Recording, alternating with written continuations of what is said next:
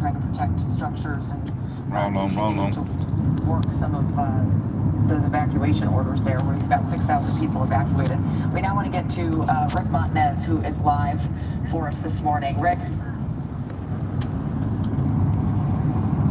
Yeah, we just moved west a little bit from where we were. We were talking about being right near City Hall. Well, we wanted to show you here, now that the sun is coming up, we are even seeing, this is the other side of PCH, where you see these firefighters that are on this hillside here, trying to put out these flames that are burning above several homes, but keeping them from getting to the homes that are just on the other side of this ridge.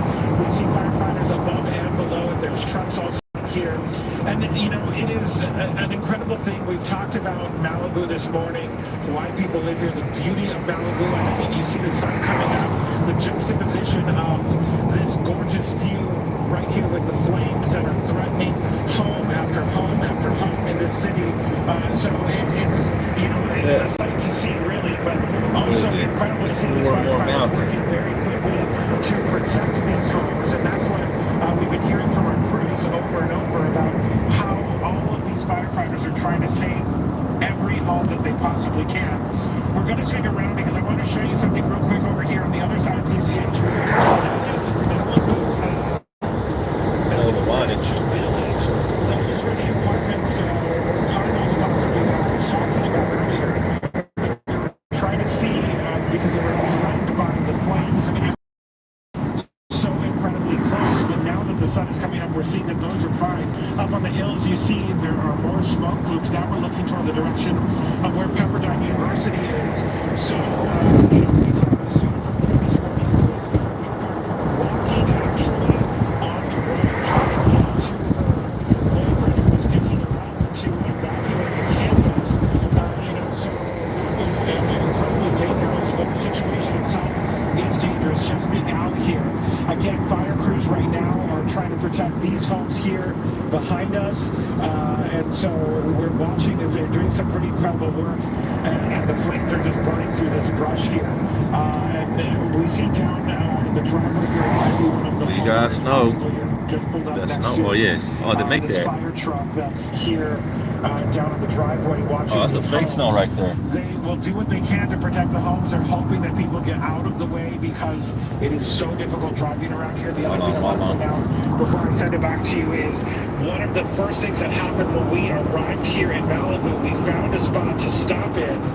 And then immediately we saw there were down power lines in front of us, so we got out of the way. But that is what we check for when we're finding a location to go live, to do our live reports. We try to make sure that we're parked in somewhere safe, certainly, so we had to move out of the way for that. So there's just so much going on here, safety-wise, that people need to be careful, listen to those evacuation orders, and get out of the way so these first responders can do their job. As you see, they're very hard at work right now. We're starting to see what is left, what is damaged, what has been impacted by these flames overnight. And Rick, you know, you've been extensively trained. Yeah, some people are stubborn. They don't leave. During a fire, like they'll just stay there and try to fight the fire with a little water hose, you know, with a house water hose.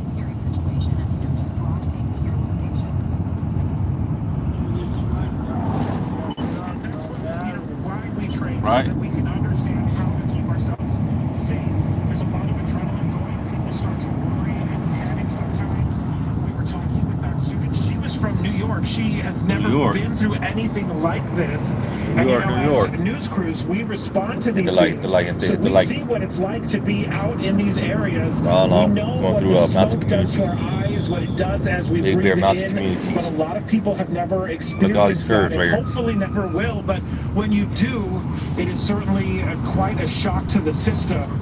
You know, we even talked with people who were trying to get out of Malibu. What's up, they man? pulled up next to our news vehicle. They were asking which roads were open or closed. And as I was talking with my photographer, Sparkle Day, we were saying, you know, how you doing? It seems simple part of enough. India? Look for the other major road just south, up the west, street east. that may be open, but sometimes you're in that panic trying to get out. And if you've never been through anything like this, it certainly can be terrifying especially in those overnight hours if you are suddenly woken up, or for those Pepperdine students, a lot of them were still awake from yesterday because they're getting ready for finals. So there's so much going on. It's so difficult for them. We just hope that everyone, of course, is making it out safely and listening to those warnings and evacuation orders, and just trying to be calm as you get out of the area. Well, that's Rick. I just want to point out, Sparkle had pushed in a few minutes ago on the firefighters behind you. It's really remarkable to watch them work this morning. It is going to be those ground crews that get in there in this type of terrain and are able to put water directly on the flames that are really going to be able to get this fire under control. You can see several firefighters there. It's remarkable the work they do in the conditions that you're reporting in this morning, and you just see how thick the smoke is as well. And Jamie, if I could point something out real quick, talking with these hand crews, they California, also have to go in there and start digging through the dirt after the flames are out, because they want to make sure that there is nothing smoldering underneath. So when they talk about putting out hot spots, that's what they're doing. They're getting in there by hand to make sure that they dig up any embers that are burning. It could be several inches down into the ground, maybe even up to a foot. So they're trying to make sure that that doesn't come back to life and then spark more flames. Yeah, these images that we're looking at right now, you see the firefighters they look nonchalant at this point, but these little hot spots can flare up in just seconds into a massive flames. And that's the fear, that's what we've been seeing all throughout the night. Well, I think it also goes to show, you see just the size of the firefighter next to just this one. Got more curves ahead. Hot spots and how quickly they can spread. We got more curves ahead. Television, I think, when you do have so much vegetation, but that's a very large hot spot that they're going to have to try to get water on this morning. Rick, thank you for all your reporting out there. We really appreciate it. We want to get to Marina Jerica now, who's been looking at the conditions.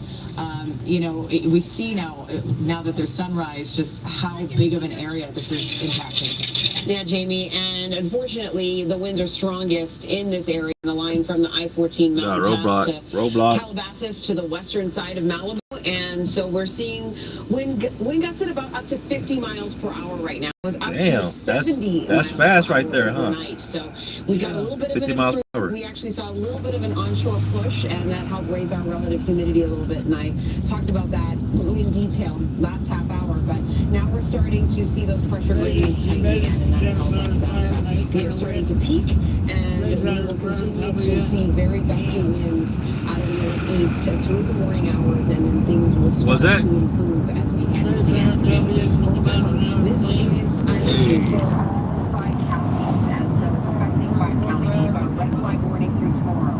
We've got a high wind warning through 1 o'clock today, and that's for northeastern and Thank you.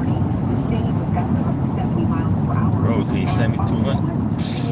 Dew points will come tonight, and the good news is that we will have better winds at that point. However, we will continue to see those dew points just plummet.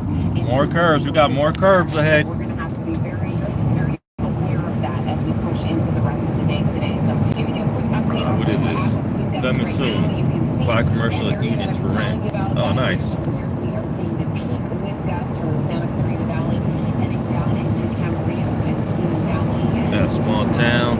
And looking at our fire weather outlook as we push into the Where we go? Very few people who are not in our You notice DMP? categories for the day in that fuchsia area. Yeah, this time you see. Yeah.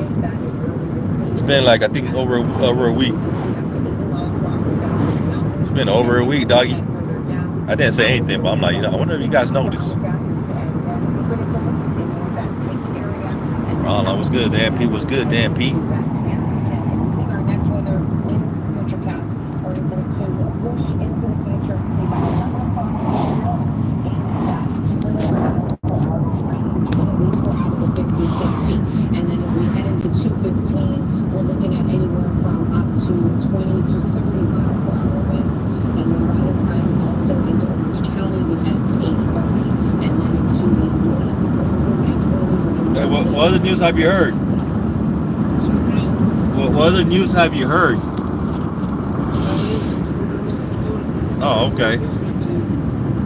Because you know what? There was last week there was a CEO of United Health. He got assassinated.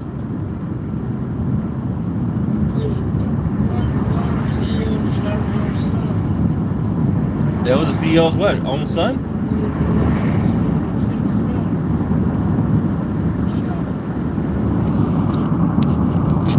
They caught him. I don't know if you know, but they caught his name is, I think, Luigi. They caught him. They arrested him. Oh, Running Springs 5,000.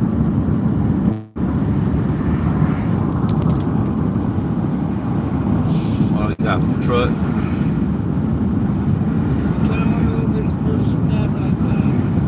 What's that? Oh yeah.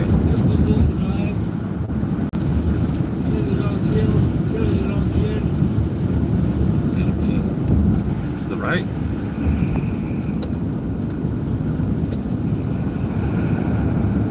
It's alright. Oh shit. Come on, man.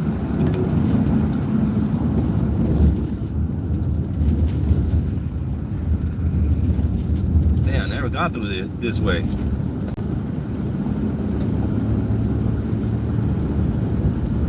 Hey, roll on.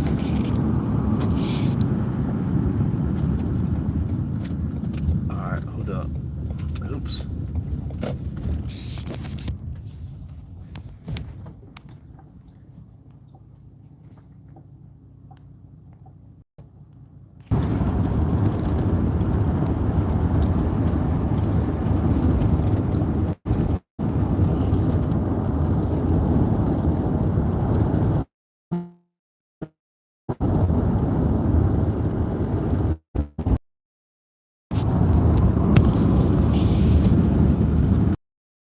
Pass the lane, 4 miles. Roll on.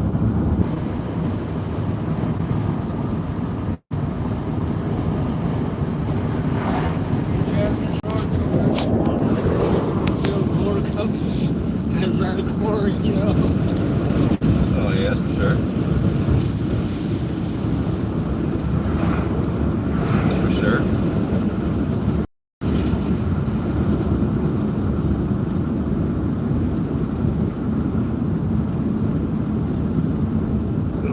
Coming down.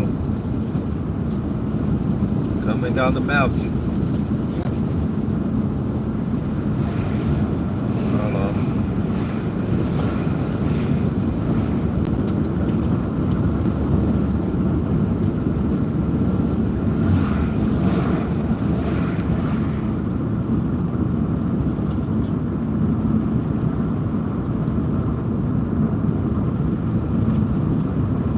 CEO in New York killed.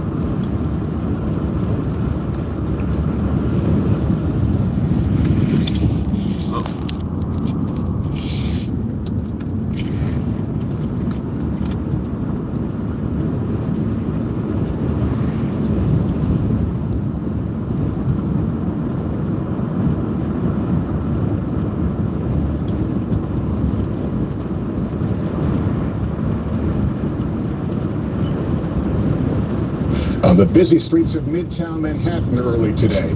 A warning, the images we're about to show you are graphic and you may find them upsetting.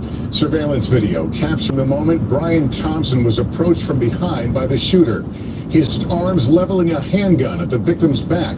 Police say Thompson was shot at least twice. The Minnesota man was pronounced dead at the hospital. The suspect taking off on an e-bike and remains at large. Thompson's wife telling NBC News her husband had recently received threats, but police say the motive for the attack is unknown. The brazen murder taking place only a few blocks from where thousands are gathered tonight for the Christmas tree lighting at Rockefeller Plaza. Police promising there will be high security.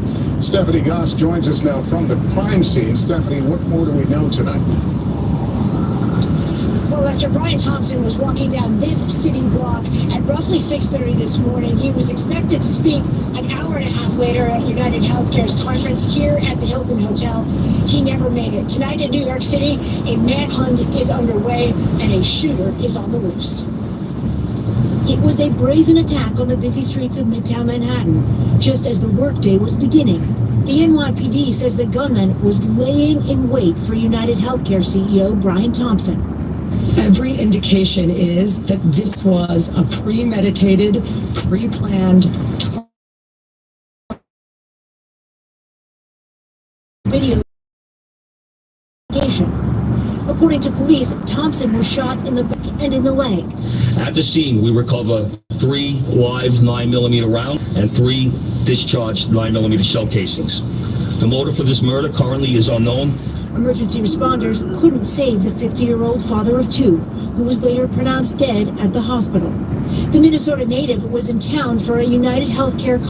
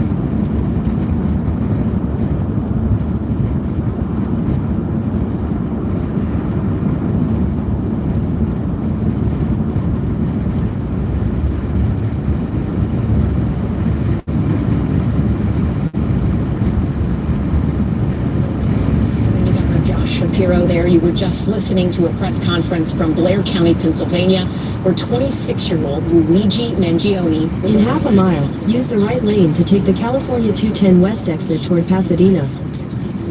And he was taken into custody.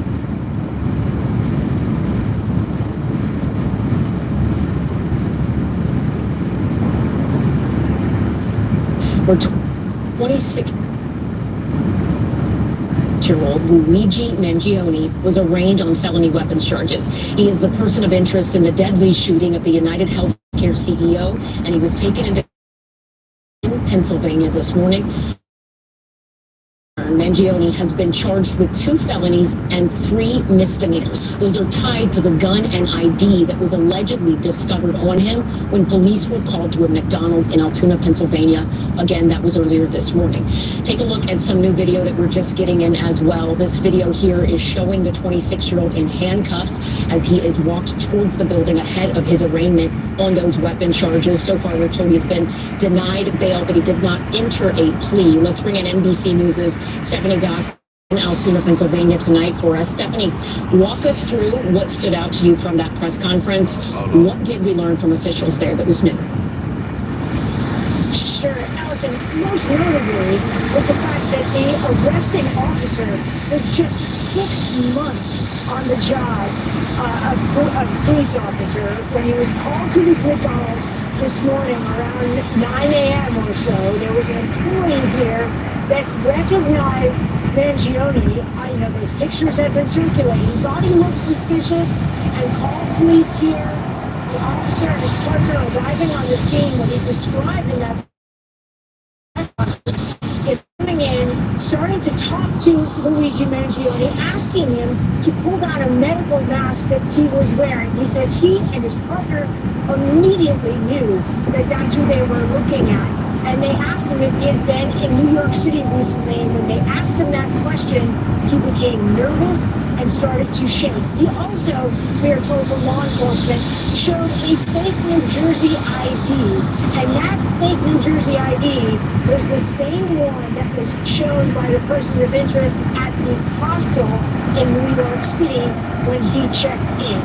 is among a number of things that they found on him, a number of fake IDs, a laptop that he was working on. He also had clothes that were similar to the shooter's clothes, and most importantly, perhaps, a gun and what they were calling a suppressor that looked like the weapon used in the shooting 5 days ago in Midtown Manhattan.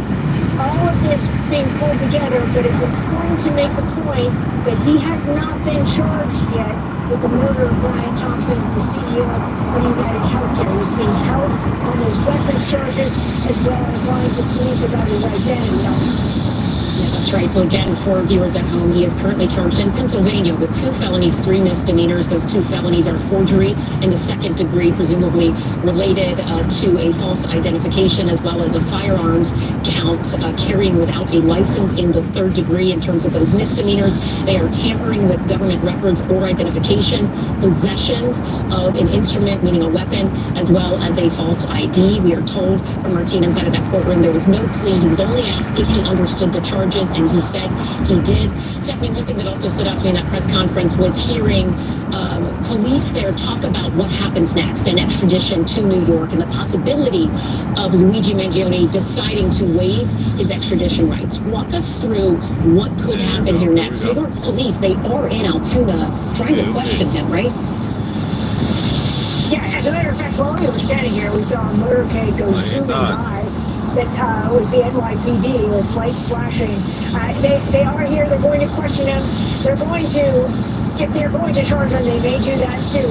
But there has to be a process that has to be held. You know, as you mentioned, he is charged with a number of crimes here in Pennsylvania, so there will be an extradition process. There is also a hearing that he is scheduled to have December 23rd. So Luigi Mangione is not leaving Pennsylvania anytime soon, and they certainly aren't going to let him out of jail, that's for sure. And Stephanie, in terms of how he ended up in Altoona, walk us through what police say they think he did in the days after, allegedly, if he is in fact the person New York has been looking for, the New York Police Department, what he did during his time in Pennsylvania and where they think he may have gone. Well, Allison, we knew from law enforcement officials that the day of the murder of CEO Brian Thompson, that the person of interest went to a bus station in northern Manhattan, and then they lost the trail, according to what they said publicly.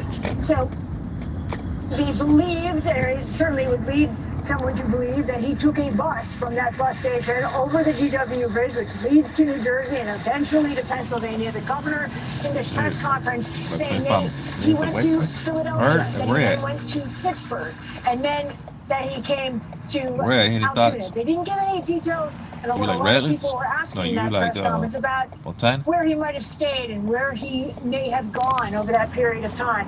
I mean, you're talking about 5 full days, and one of the most remarkable things about this case was that it took as long as it did to find him. The police in New York City say they did not have an identity, but what they did say today is that those photos that were released, and they released quite a few, but particularly the ones of him in the hostel where you could see his face, that those were critical to making an arrest in this case. That is what the employee here at this McDonald's recognized, and that is why the employee called 911, got the police to come here, and eventually that's why we're here now with this arrest being made.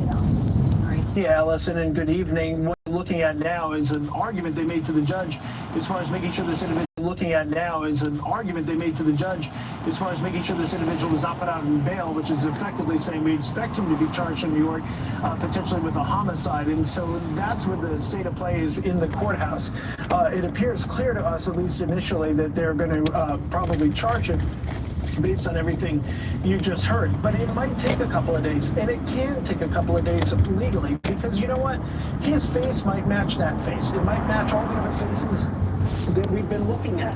He might have had the same identification that he had at the hostel on his person today, and the same thing with the weapon. But they have to prove all those things. They have to go back and build this thing together now that they have him, as far as all the elements, and make the argument to the judges in Pennsylvania, hey, we want him out of here. And then they've got to make the argument, ultimately to a judge and a jury potentially in New York City if they charge him. So there's some work that needs to be done. This doesn't need to be a perfect case. Okay, so you don't need to sit there and sift through all the evidence and make sure that everything is perfect, like you're ready to go to trial. They'll be able to do a lot, I think, in a short period of time to be able to show that they have enough reason to get him out of New York. You know, I was struck. Pennsylvania authorities saying that he was initially cooperative in interviews with police, but he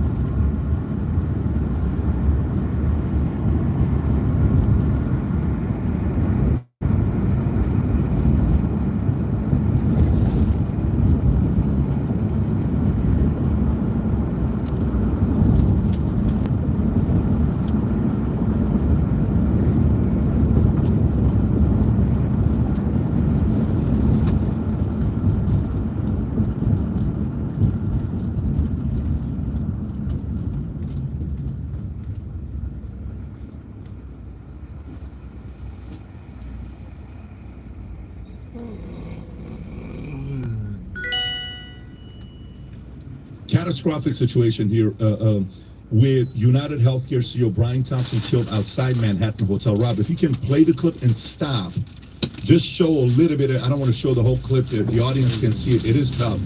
This is the CEO of United Health. If you want to play it while he's walking, and then when the guy pulls up the gun to stop it, go for it. This is around 7 a.m. Pause right there. Boom, there you go. Okay?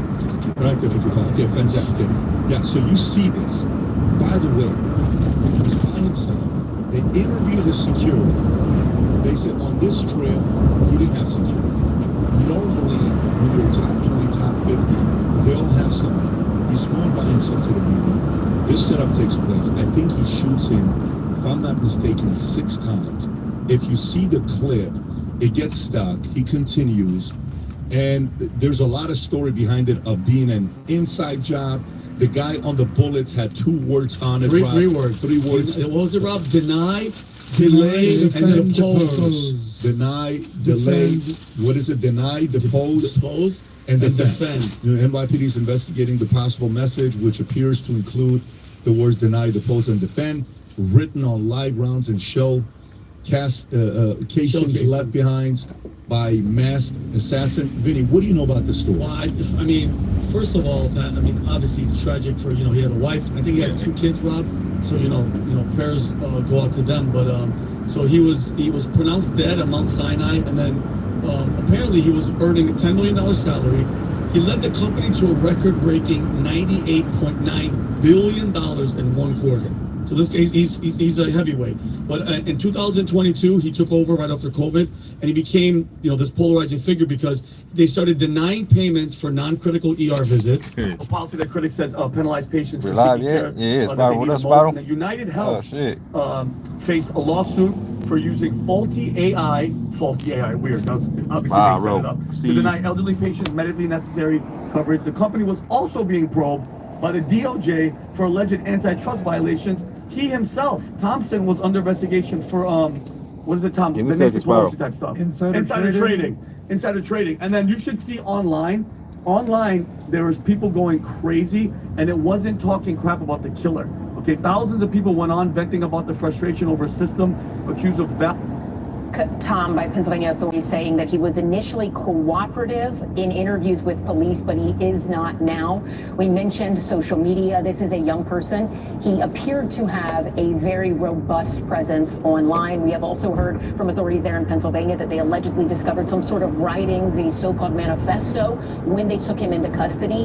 What do people need to know? What do we know right now about the interest in his online presence and the possibilities of that so-called manifesto that he had with him? About as high as it gets, Ellison, in plain terms. So they're definitely combing over all those posts. There's been some other items on social media related platforms that they are looking at. Second spiral. I think that's significant. And so there's some things that will come out, I think, in the next couple hours as we do our reporting and they do their investigation, actually flip back around, that we'll be able to talk to you about. But certainly here a little bit more than meets the eye. Ultimately, though, let's take a step back and look at what the governor said. The governor said, look, shooting somebody using violence, if in fact he's charged with that here, for your personal benefit or for the benefit that you think society might have, that's not acceptable. And that's what the governor said. So I think, you know, we can, and we probably will go nuts about all the various accounts that we look at over the next couple of days. But the facts are the facts. If in fact he's charged with homicide,